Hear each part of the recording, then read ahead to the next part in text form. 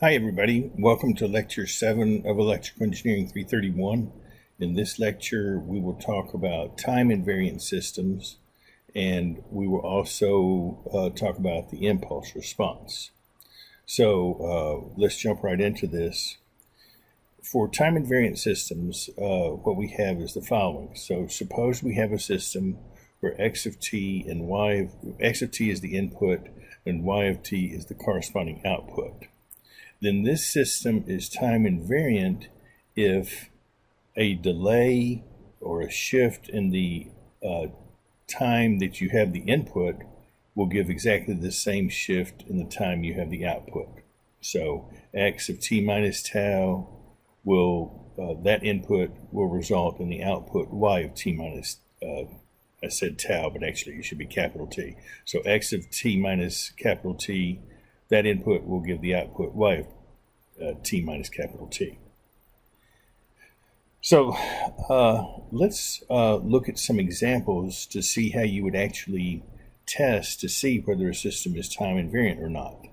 So example 1, we have the input-output equation y of t equals x of t minus 1 times x of t plus 1.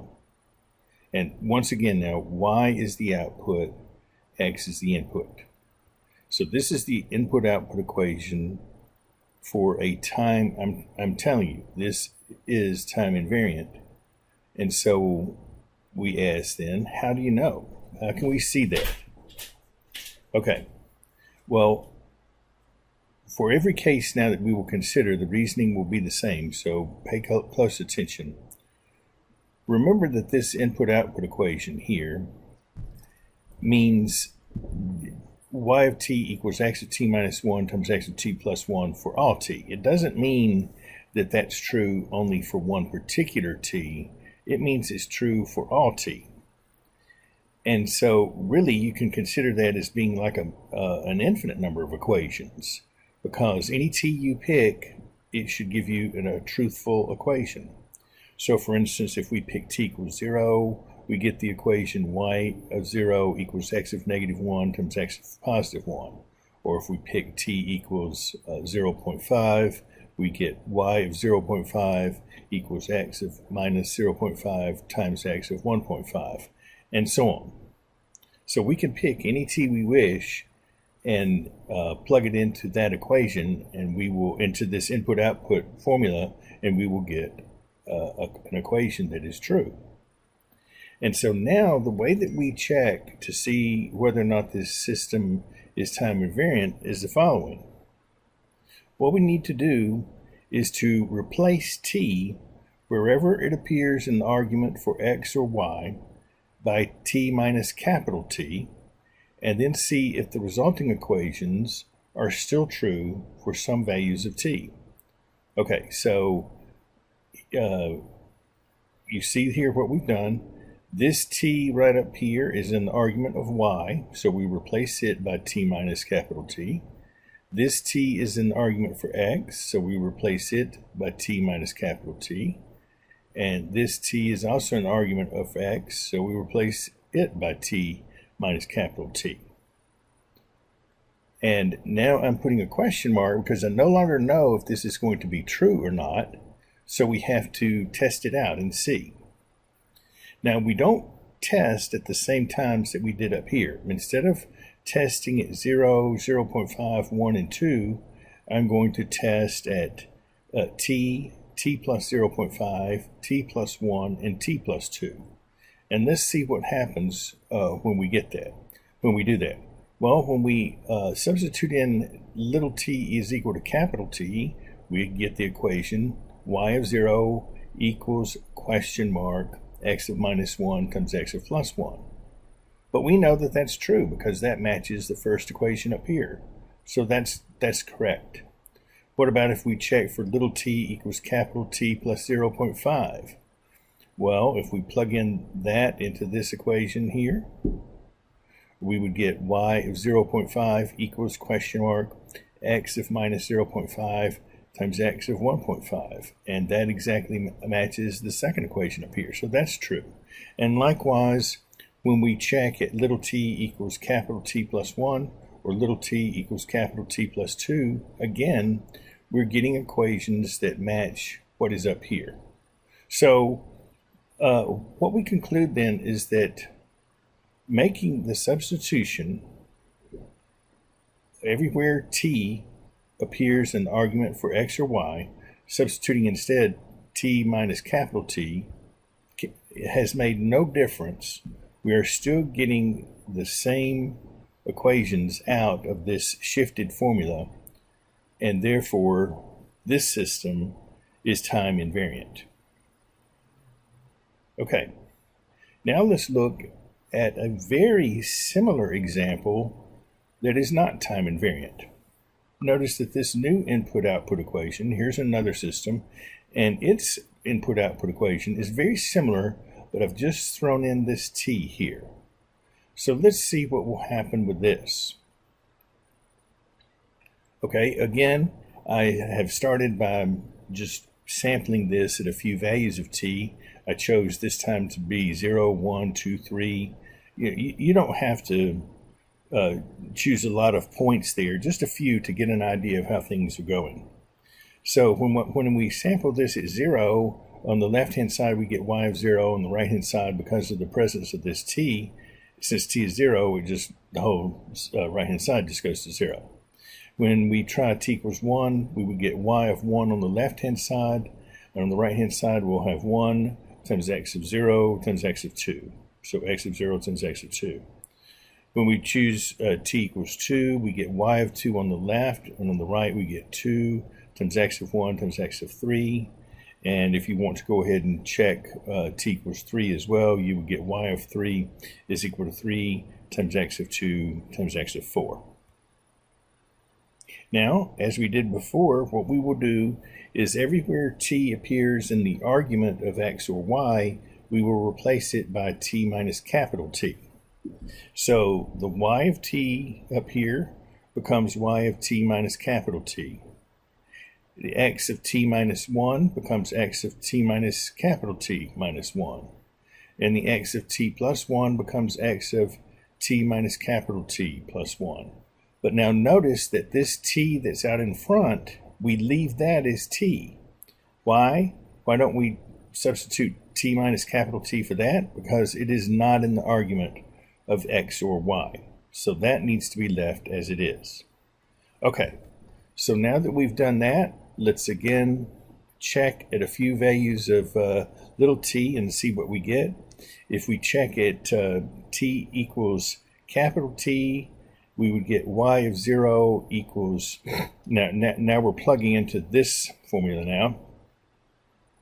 So if we check it, little t equals capital T, okay, this would give y of 0 on the left and equals question, again we have the question mark because we no longer know if it's going to work or not.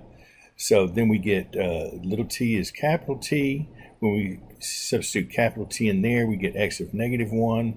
When we substitute negative t for little t there, positive t for little t there, we get x of positive 1. So on the right hand side we end up with capital T times x of minus 1 times x of plus 1. And notice that does not match what we have up here. So I'm putting an x there. And likewise, if we pick a few more points, in every case, we will see that what we are obtaining down here for y1, y2, y3 does not match what we had up here for y1, y2, and y3.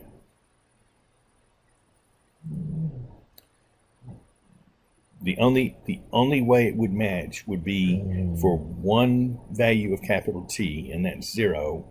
But we want it, if capital T is equal to 0, that's no shift.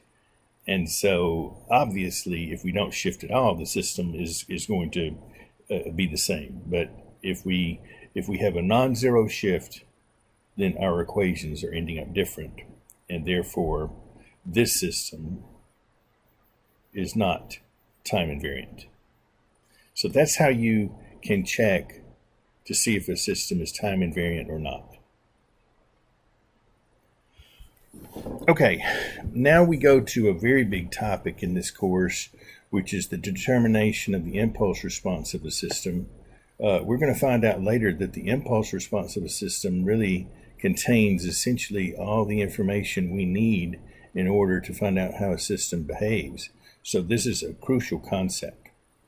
Okay, so as usual, our idea is that we have a system whose input is designated as x of t and whose output is designated as y of t. Now, what do we mean by impulse response?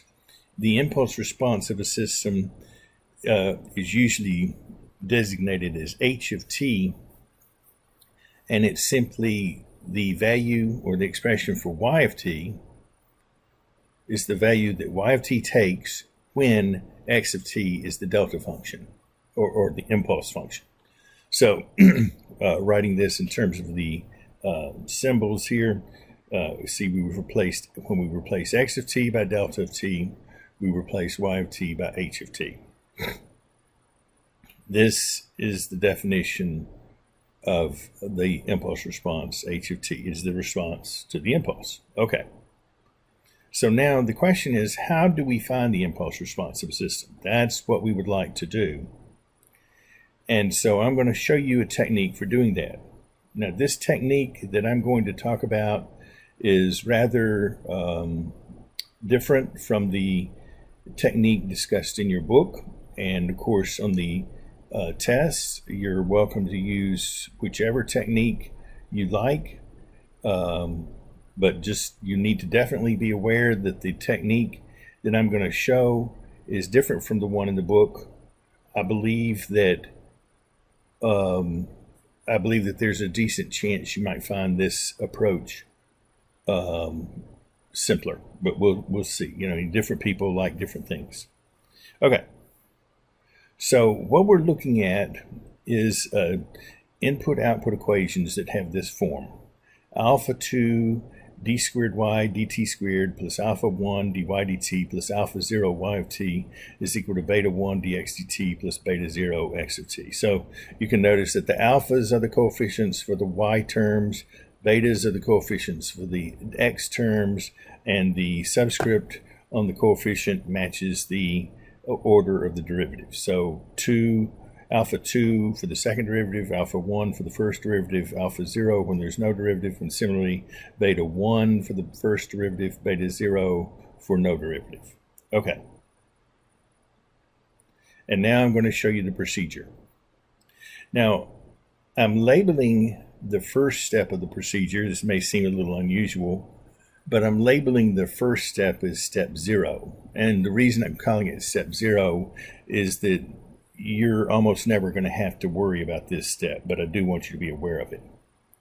So suppose that you had, now this is very rare, in fact I doubt that we'll have any cases like this at all in this course where I ask you to find the impulse response of a system like this, but just in case we had a system whose input-output equation had this form, but alpha 2 and alpha 1 were both equal to 0.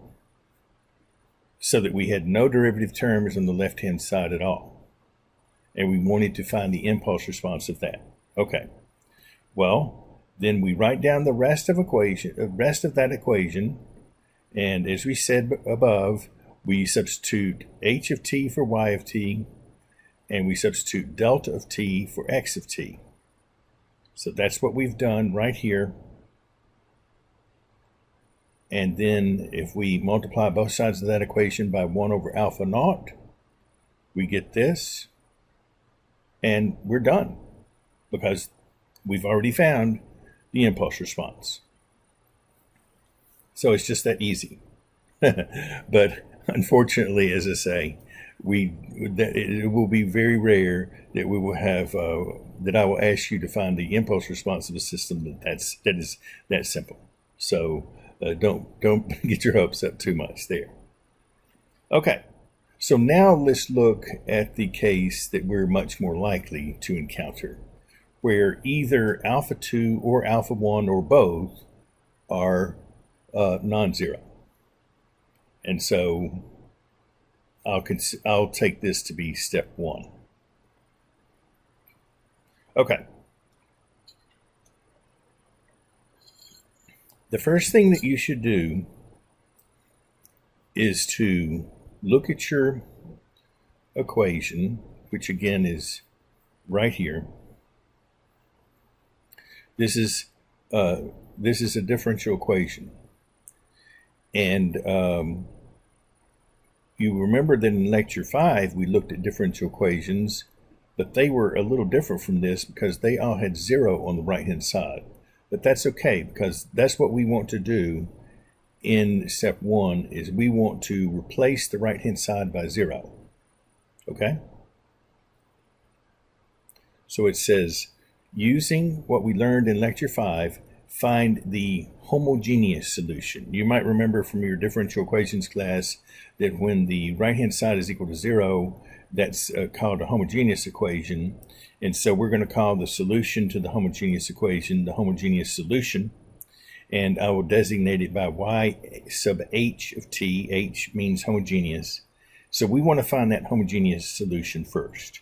So in other words, find yh of t such that alpha 2, now this is just, I haven't changed the left-hand side of the equation at all, except that I'm substituting yh for y. So alpha 2 d squared yh dt, that should be dt squared there. Let me make that very minor change. I'm sure all of you would have figured that out, but let's see here.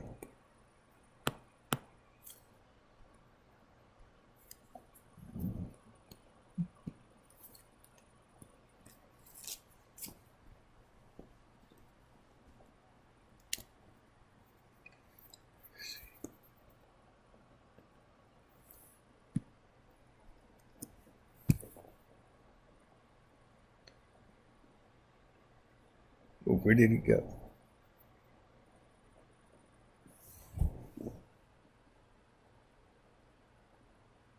Oh, it put that, I'm not sure. You might see it's put the 2 here. There was some kind of a glitch there. Let me just stop the video for just a moment, and I will put that 2 in the right place, and then we'll come right back. So just hold on for just a second.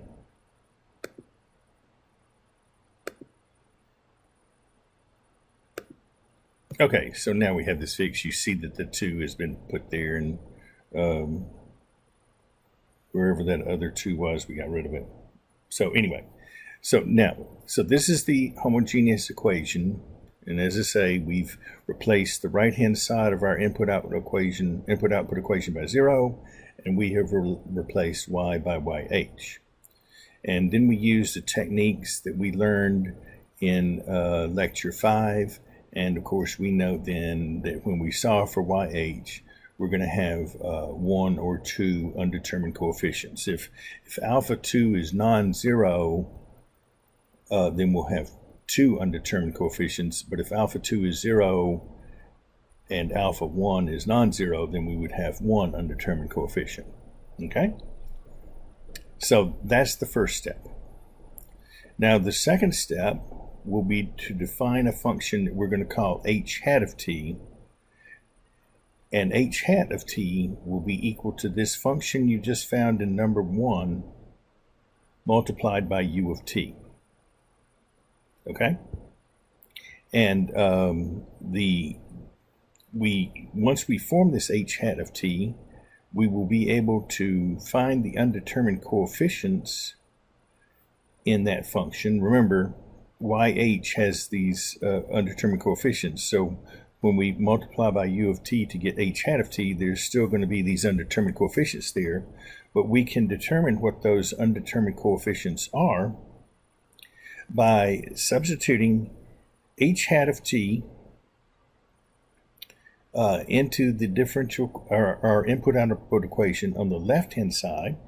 So this left-hand side here is exactly the same as our the left-hand side of our original input-output equation, except that we're putting in h hat of t where we used to have y of t. But the right-hand side is now just plain old delta of t. We don't have what we had in the original input-output equation. Instead, we just have delta of t. Okay, so we will substitute h hat into this. We have this expression now for h hat. It's going to be equal to the yh of t that we found in step 1 multiplied by u of t. We will substitute it into this equation, and that will allow us to find the undetermined coefficients in h hat. And when you go through this procedure, you will probably need to use at some point, and maybe at multiple points, you will need to use the fact that f of t times delta of t is equal to f of 0 times delta of t for functions that are finite and continuous at t equals 0. This, I think, will make sense if you think about the fact that delta of t is equal to 0 everywhere except when t equals 0, so we don't have to worry about f everywhere else. We just use the value of f at 0 to take care of this. So we have f of 0 times delta of t. And as we will see below when we work out an example, when the situation arises where you can do that, you should do it as soon as possible. If you forget to do it as soon as possible, you can end up getting terms that are difficult to figure out. So whenever you see something like this, f of t times delta of t, just substitute instead f of 0 times delta of t. Okay. So, like I say then, this step 2, in step 2, you're going to find those undetermined coefficients in h hat. And then the final thing you do, the final step, is just you take h hat of t, and from h hat of t you can get h of t by this equation. You have h of t on the left-hand side, and on the right-hand side you have the right-hand side of your input-output equation, but with h hat substituted for x. And it's just that simple.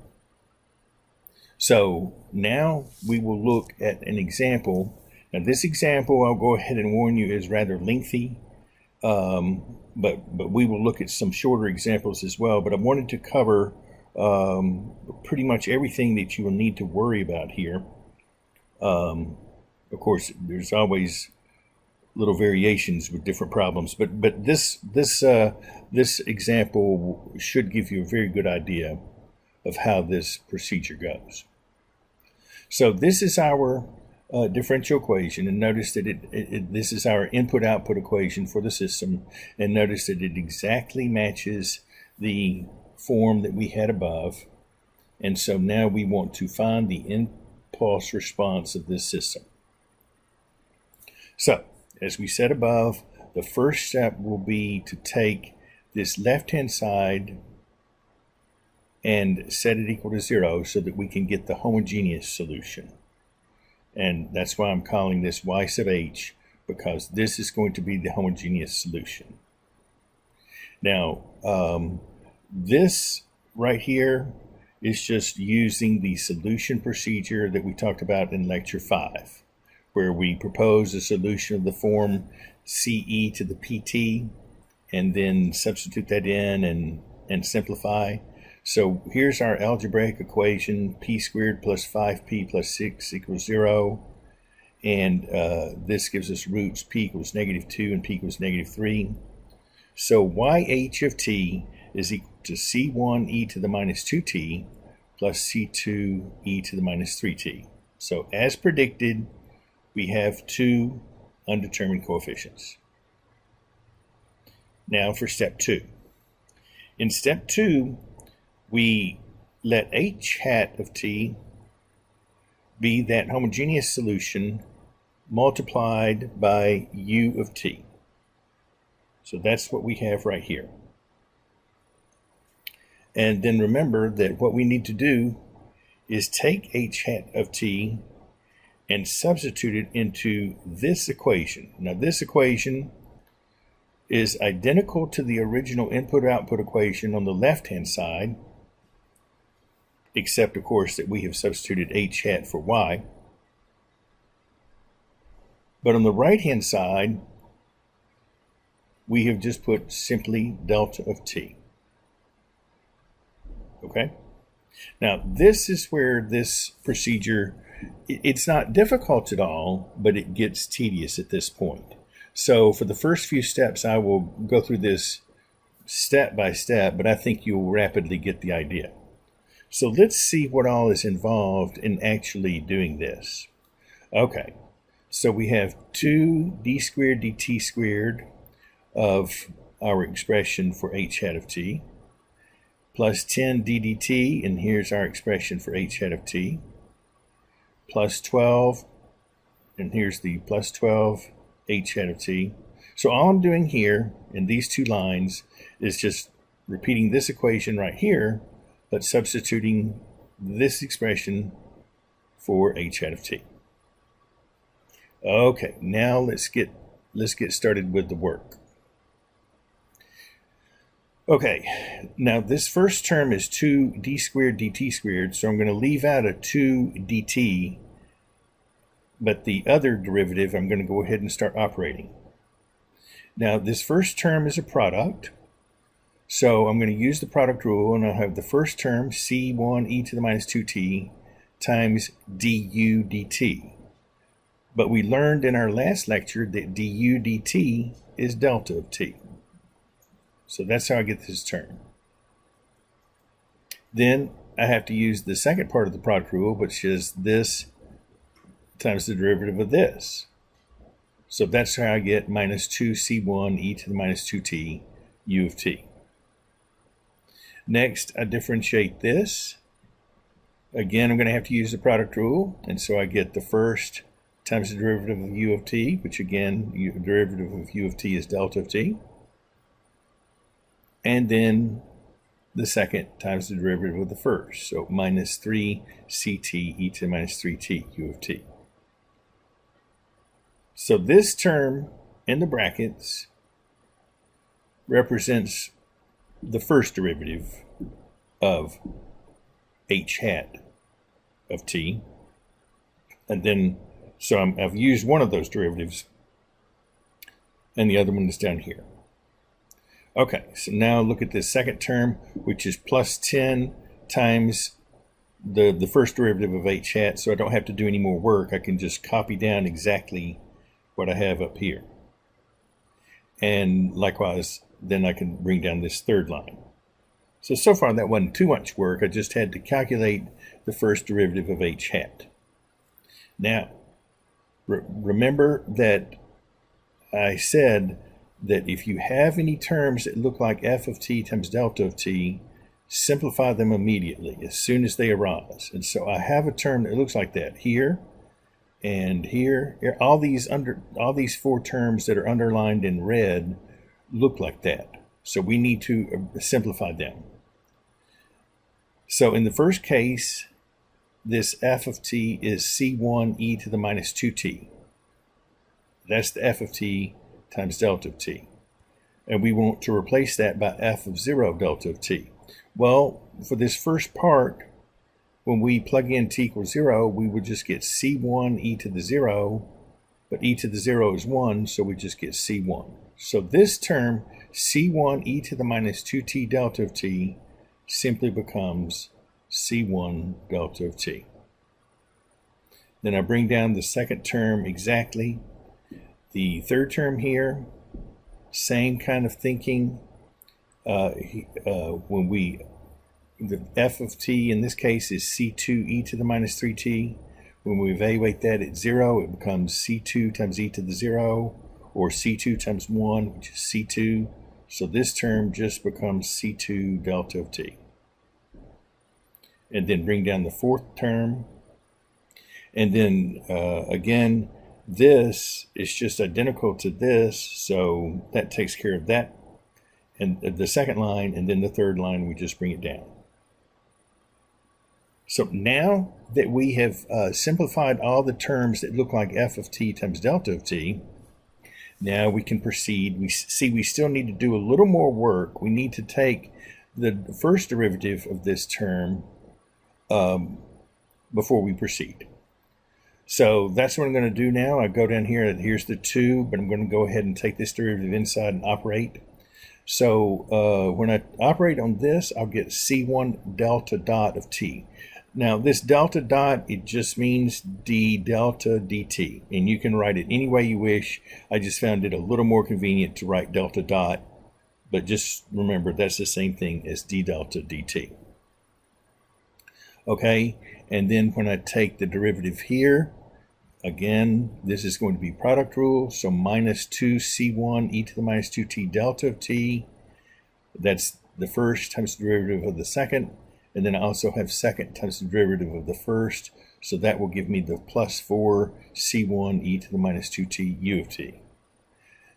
Then when I take derivative here, okay, delta dot, and then the derivative here on this last term, again, product rule, so minus 3c2 e to the minus 3t times the derivative of u of t, which is delta of t, and then the second times the derivative of the first, so plus 9c2 e to the minus 3t u of t.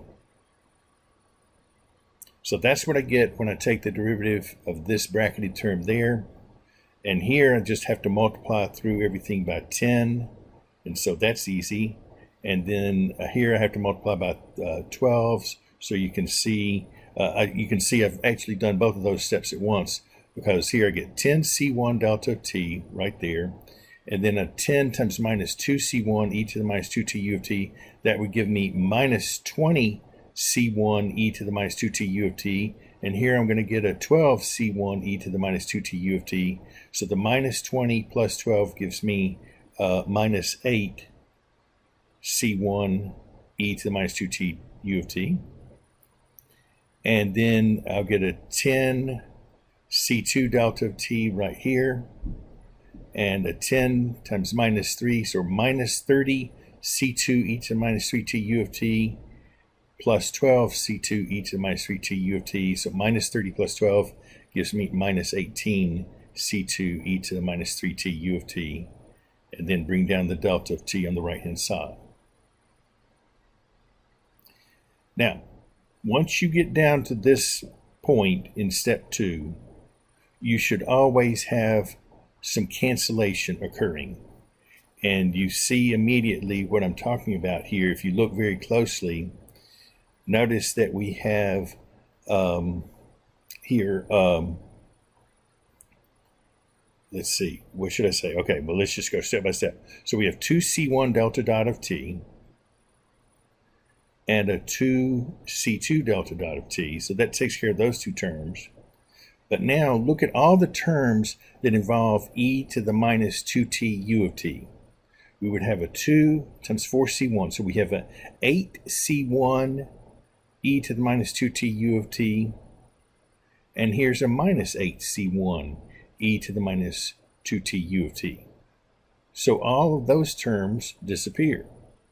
Similarly, here we have 2 times 9, or 18c2 e to the minus 3t u of t, and a minus 18c2 e to the minus 3t u of t. So those terms cancel as well. So that's always going to happen at this point in step 2, is that you will get a lot of cancellation. And so what's left over then is, like I said, we have the 2 delta dot terms in the first bracket, 2c1 plus 2c2 times delta dot of t. And then we also have delta of t terms in there. And remember, once again, whenever a term has the form of f of t times delta of t, replace it by f of 0 times delta of t. So we get a minus 2c1 delta of t there. And let's see, we have a minus 3c2. Oh, we have a 2 out front here. So 2 times minus 2c1 would give us a minus 4c1 delta of t. And here is a 10c1 delta of t. So 10c1 delta of t minus 4c1 delta of t will give us 6c1 delta of t. So that's how we have the first term here. And similarly, right here, we have a minus 3c2 e to the minus 3t delta of t So that has the form f of t delta of t evaluated t equals 0. So that just becomes minus 3c2 and multiply by 2. So minus 6c2 delta of t there plus 10c2 delta of t right here. So that's how we get 4c2 delta of t. And that takes care of all the terms on the left, and then we just have delta of t on the right. And now our reasoning, I mean, we're almost done. Notice we don't have any delta dot term on the right-hand side to match the delta dot term on the left-hand side. So that means that this bracketed term, the coefficient of that, 2c1 plus 2c2, must be 0. And on the other hand, the delta of t term here on the right-hand side must match the delta of t term on the left-hand side, so 6c1 plus 4c2 must be equal to 1. Okay, let's look at this equation first. It implies that c2 is minus c1. Plug that into this equation, and you'll get 6c1 minus 4c1 is 1, or 2c1 is 1. So c1 is 1/2, and then since c2 is negative c1, c2 will be negative 1/2. And we finally have this expression for h hat of t. And then step 3 is really pretty simple. We can get h of t from h hat of t by saying h of t is equal to, and set it to the right-hand side of the input-output equation, but with x replaced by h hat. And so when we do that, we're going to have to take this derivative of that, but we've gotten plenty of practice with that in step 2. So I'll just show you the work here. In fact, I'll scroll up and let you just take a look at that. But I think that everything here is pretty clear. I've just substituted for h hat there and taken the derivative and multiplied by 3. And then here, I've taken the function itself and multiplied by negative 2. And this is just a matter of turn the crank. And also, once again, here we have a form f of t times delta of t. So that will become f of 0 times delta of t. And here we have another one like that. So just remember, whenever you have that appearing, that you will replace f of t times delta of t by f of 0 times delta of t.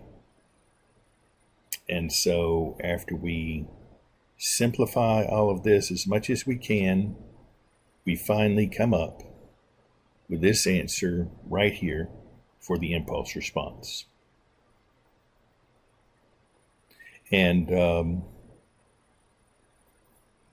as we said originally, the impulse response is the response to the impulse. So in other words, if we plug that h of t into the input-output equation for y and plug in delta for x, we should get something true. So if you wanted to check this, this would be how you would do it. It's just plug in h, go back to the original input-output equation and plug in h for y and plug in delta for x and turn the crank and see if, after you simplify everything on the left-hand side as much as possible. Now, there's no simplification necessary on the right-hand side. It's already as simple as it can be. But on the left-hand side, you'll need to calculate these derivatives and combine terms. And so it's definitely a bit of work. But if you go through all of that, you will see that you come down finally to this. So indeed, it does check out, and that answer was correct.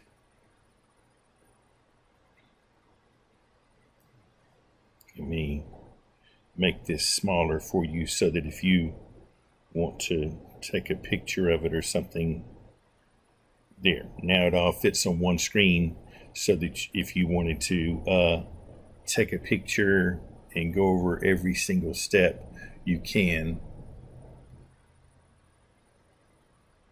And of course, you're not required to check it, but I think certainly these first few times, it's probably good to do so. So it can be a little tedious, as you see, but the procedure is really pretty straightforward. And so that is how we find the impulse response for a system. So I will that concludes lecture 7, and good luck.